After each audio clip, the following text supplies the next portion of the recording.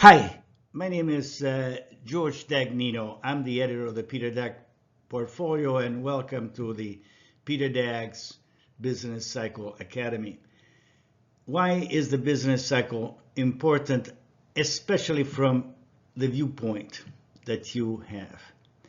When you hear people talking about the economy or the market, they always end up talking about either the government or the Fed, and they forget about the most crucial aspect of what's going on and business decisions.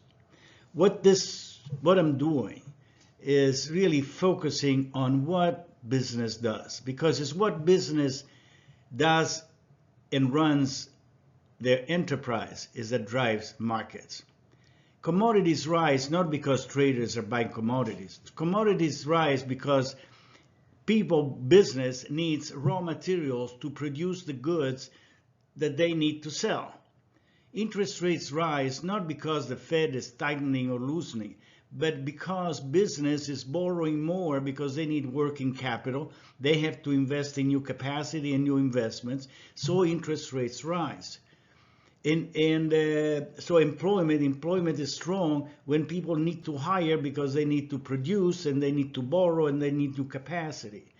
So the importance of what business does is crucial, because what business executives do, they filter all this noise coming from the Fed, from government deficits and all that noise. And eventually they have to make that decision. Do I have enough goods in inventories?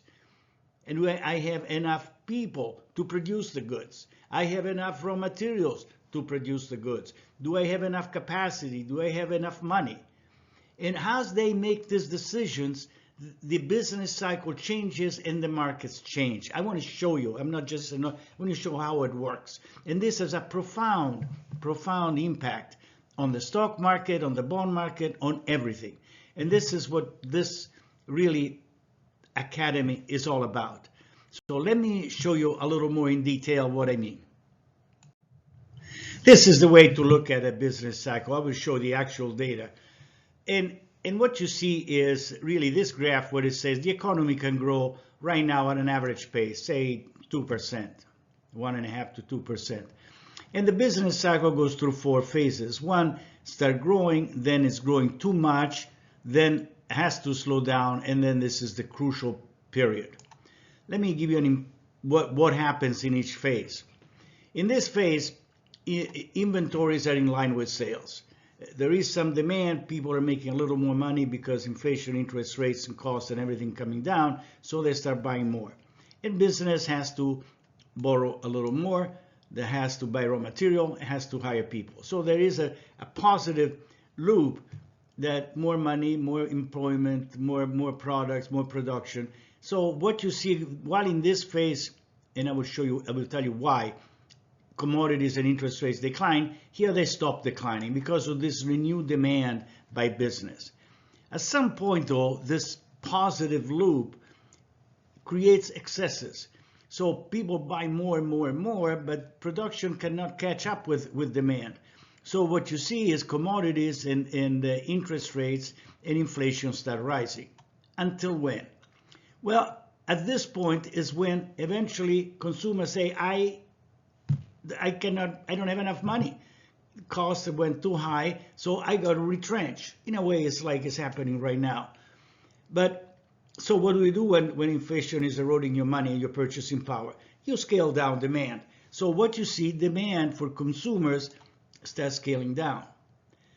The issue is that business, and I've been there, I was present in those meetings. The president or the chairman of the board of the company says, okay, it's not a slowdown, serious slowdown. Let's keep producing so we keep the plant full. Okay, but what happens? Demand keeps on slowing down because of rising inflation and everything. At some point, excessive inventories are going to hit earnings. And so the executive management says, wait a minute, we got to cut production. Now, when you cut production, what do? The opposite of what happens in phase 1. You start cutting raw material, you start cutting borrowing, and you start laying off people or cutting work hours. So you see the economy slowing down, and production now is slowing down. People are losing their jobs, so less income, less less sales, less production. So it's a vicious circle that's going down. Until when? This is where phase 4 is so important. Things will deteriorate until when? Let you think about it. If the decision in phase between 2 and 3 was for consumers, I don't have any more money, the inflation is too high, consumers will retrench until when? Until inflation, interest rates, and all the costs have come down to the point that consumers will say, okay, I feel more comfortable, now I can spend some money. So now there is beginning to buy a little more, and this is where phase 1 start again. But the crucial thing is that the transition between a slowdown and the new growth is a very meaningful decline in inflation, if there was a lot of inflation, declining interest rates, and also rise in the unemployment rate. So now let's see how all this translates into the stock market. Well, let me give you a hint. During this phase, in phase 1 and in phase 2, which is growth. So where do you put your money?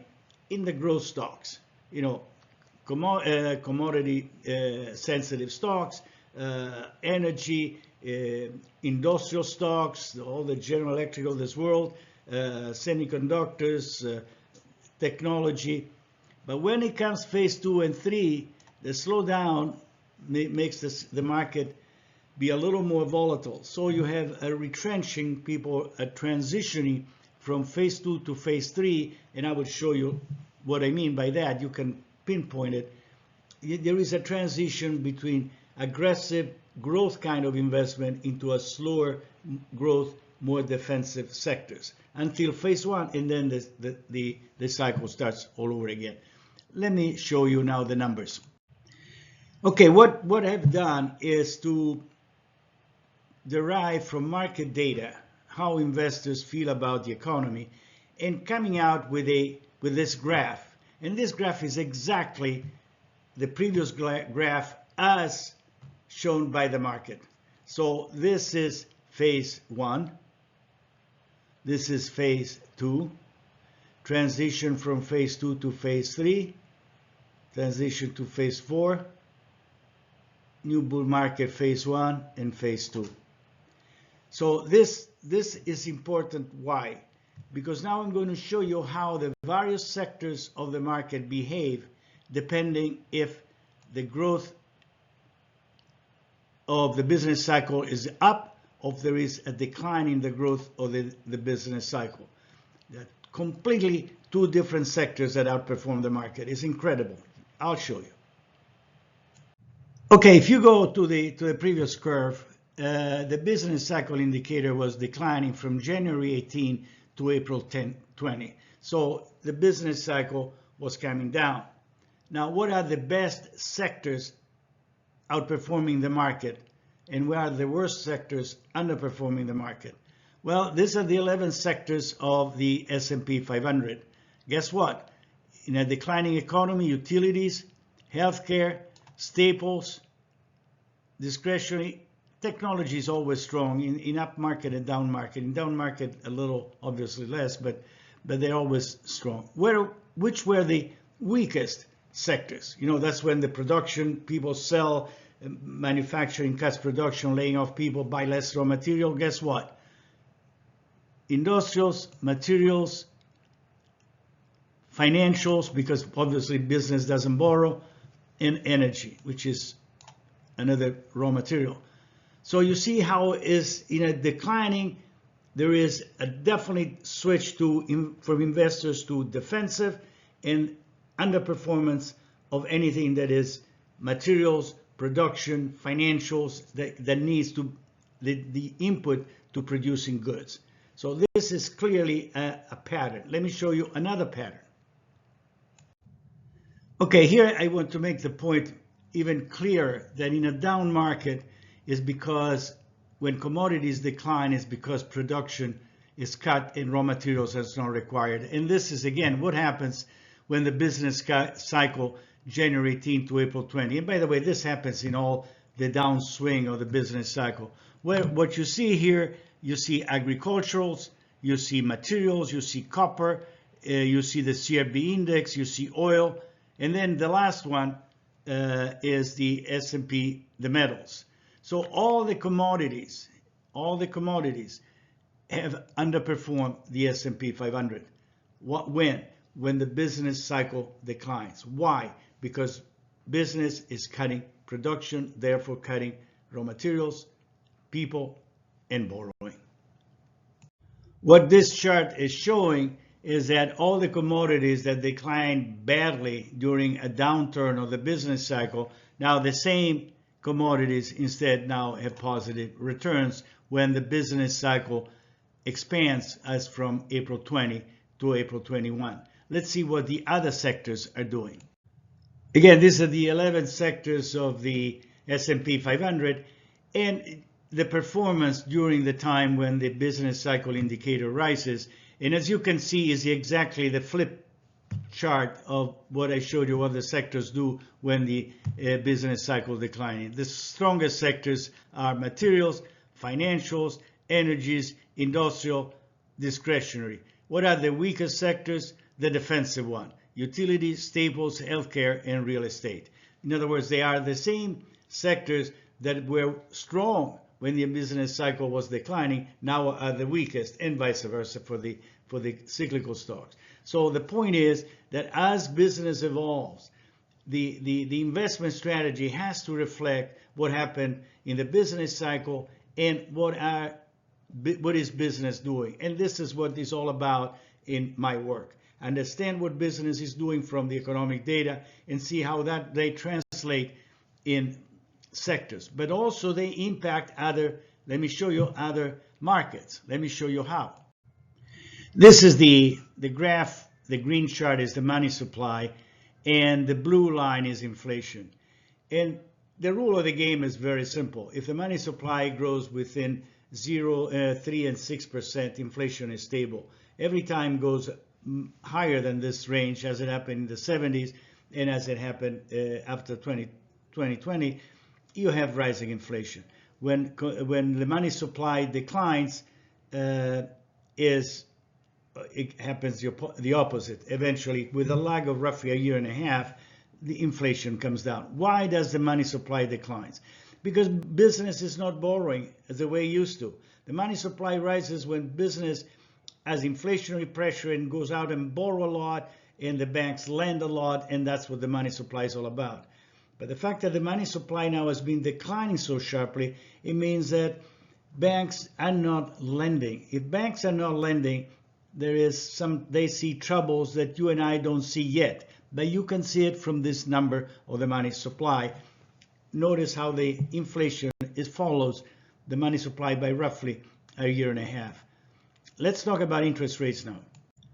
Bonds offer a great investment opportunities, and at some point in my life, I managed up to $3.5 billion worth of interest rates derivatives, and they offer tremendous profit potential, but also you have to know when to buy them as well.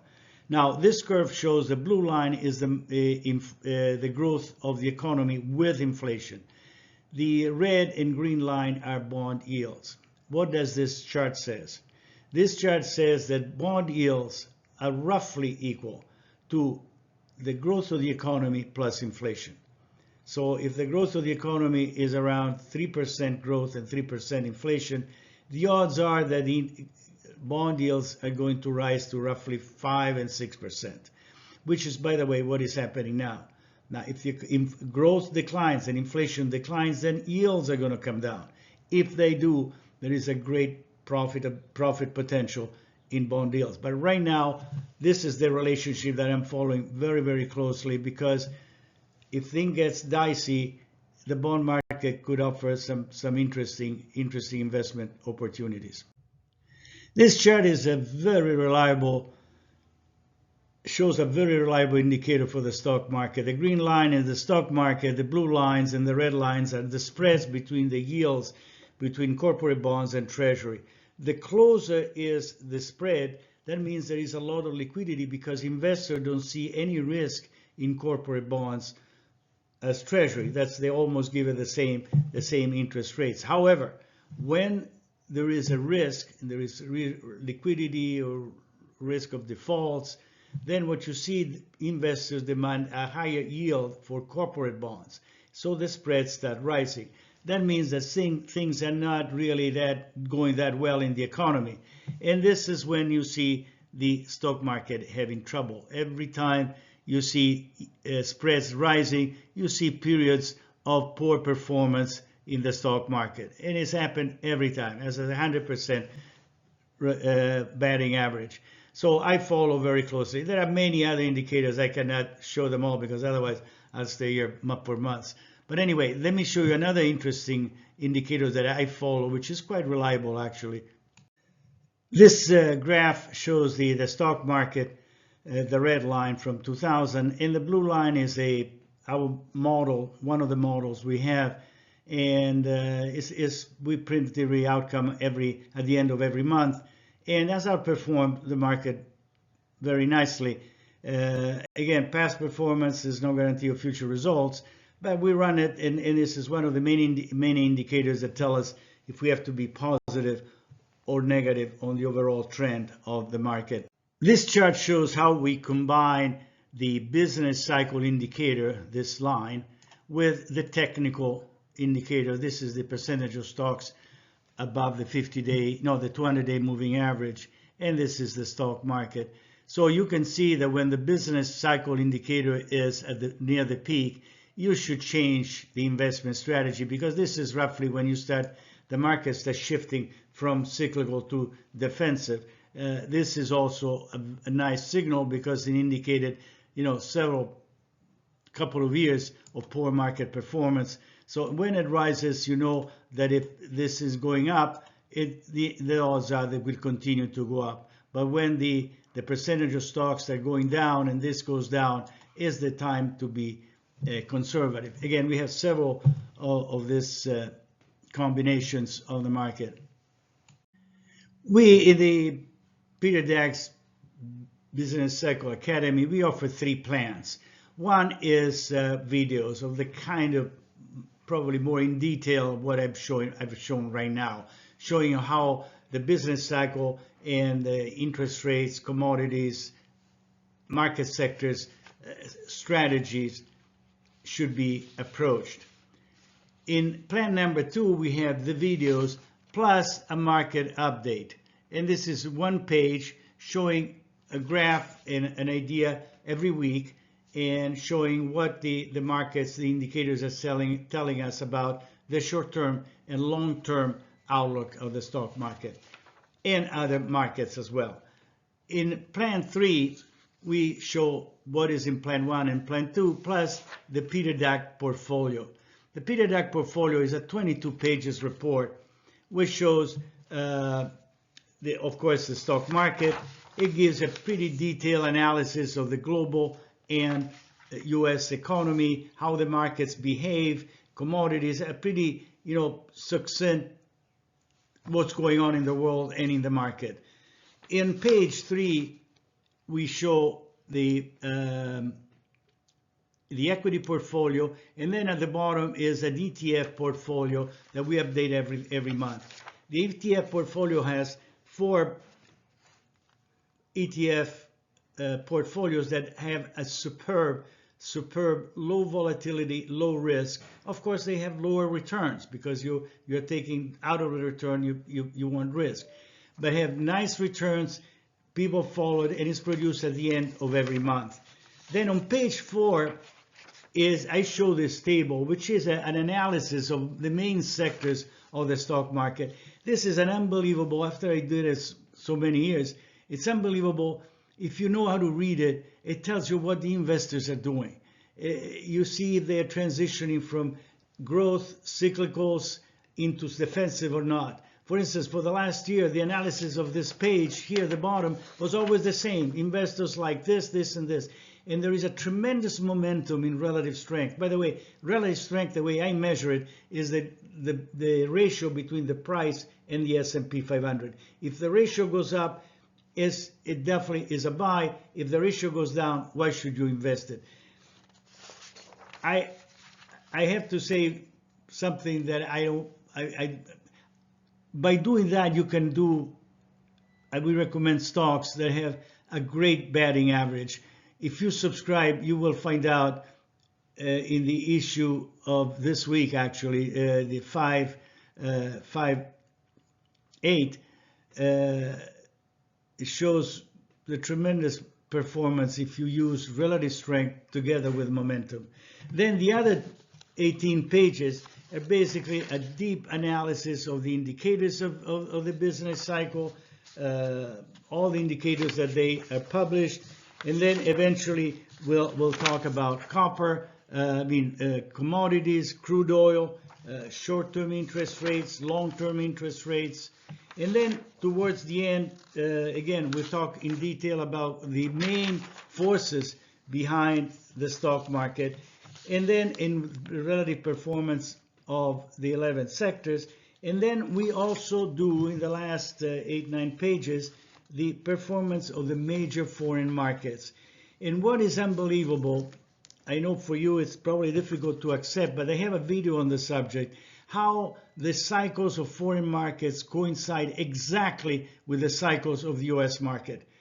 Exactly. The business cycles and the stock market cycles. And they are put in evidence for you, showed in detail, so that you are aware that the strength of the Japanese market is not because the Japanese market has something unique, it's just because all the markets are going up, for instance, right now.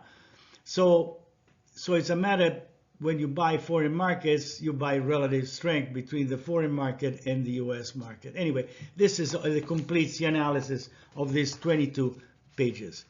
Well, and by the way, if you subscribe, become a member of Plan 3, I'll be delighted to send you autograph a free book, Investing Wisely. It's easier than you think. I hope you will become a member, and I'm always accessible. You can always call me or send me an email. Thank you very much. Thank you again, and I hope to see you really, really soon. So long. Have a nice day.